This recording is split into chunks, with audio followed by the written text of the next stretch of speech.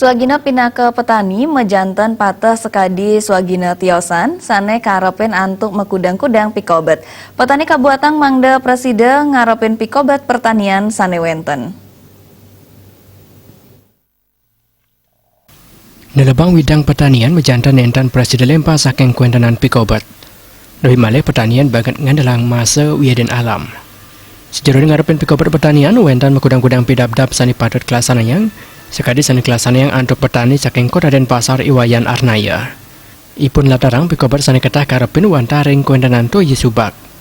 Di kalaning sasi Sabah, pupuk ipun mana starter kecerek sain, mana nentan kantos ke anyudang to Sabah. Mana hasil pertanian becik, di kalaning sasi panas, petani mana talan nguratiang kuendanan to ipun. Mejukut mana talar kelaksana yang. Musim kering itu kita luar biasa memerlukan energi karena kita sumber airnya kita mengandalkan air dari subak sebelah.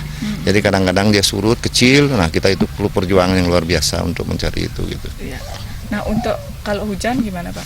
Nah, kalau hujan kebetulan ini hujan itu sangat berpengaruh juga lah tanaman. Tanaman juga kan namanya kita sebagai manusia pun ya batasan-batasan air itu juga perlu yang secukupnya kan gitu. Kalau berlebihan ya justru salah sari tanaman hanyut karena banyaknya air gitu loh. Sari tanaman yang atau pupuk-pupuk yang kita pupuk itu di atas itu malah hanyut dia gitu loh. Hanyut ya airnya lari seperti itu. Itu udah hukumnya alam itu sudah.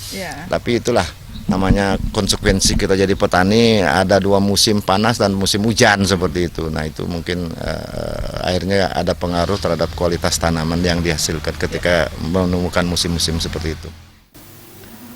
Arnaya ngowahin ipun nenten ngarapin pikobat aring pemasaran. Sangkaning punika pertanian antuk mekudang-kudang soroh tatanduran ketulek sain kanton dados selah bisnis sane sandang kelimbakang.